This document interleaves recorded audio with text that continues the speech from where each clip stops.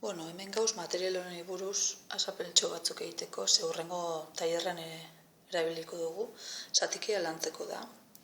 Bai, orduan, hemen berarekin batera datoz fitxa honek dira pegatina moduen kartak egiteko, eta barruan instruzioak dauz, eta azaltzen dira joku batzuk kartekin egiteko, baina azkenean zuri okorretzen jatzuna, bai?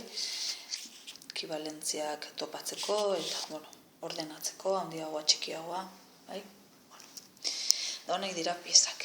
Piezak, zatikiak markauta dauz, orduan, lehengo jokoa ingo dugun umeekin da, eurak ikusteko zati desberdinetan zatitxu aldirela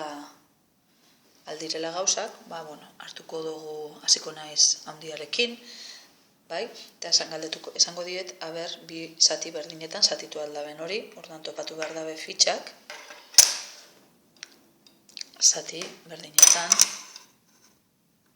banatzeko, bai, eta adibidez, nik oin esaten botzat, nahi dotela, zati berdinetan banatzea, orduan topatu, edo 3 zati berdinetan, edo, bai, hemen 4 zati berdinetan izango litzateke.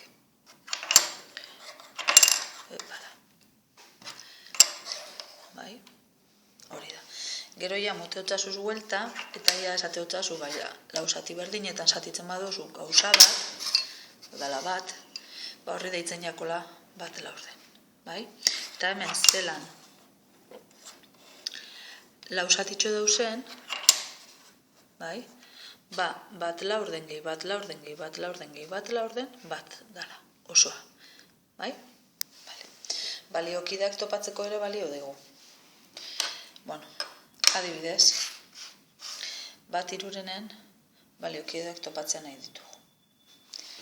Orduan, topatu behar ditugu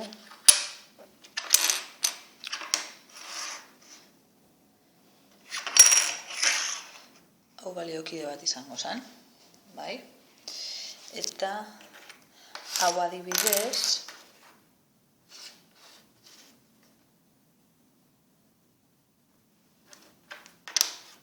ere, hau ez ikusten, luzeagoa dalako.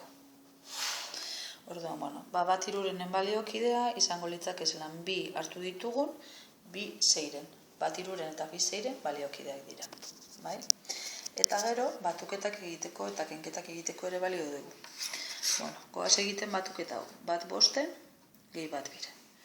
Orduan, topatu behar dituzu fitxak,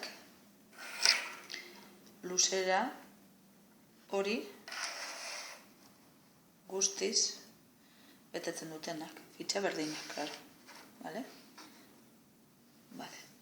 Orduen, bat 5-en gehi bat 2-ren izango litzateke, bat 2, 3, 4, 5, 6, 7, 10.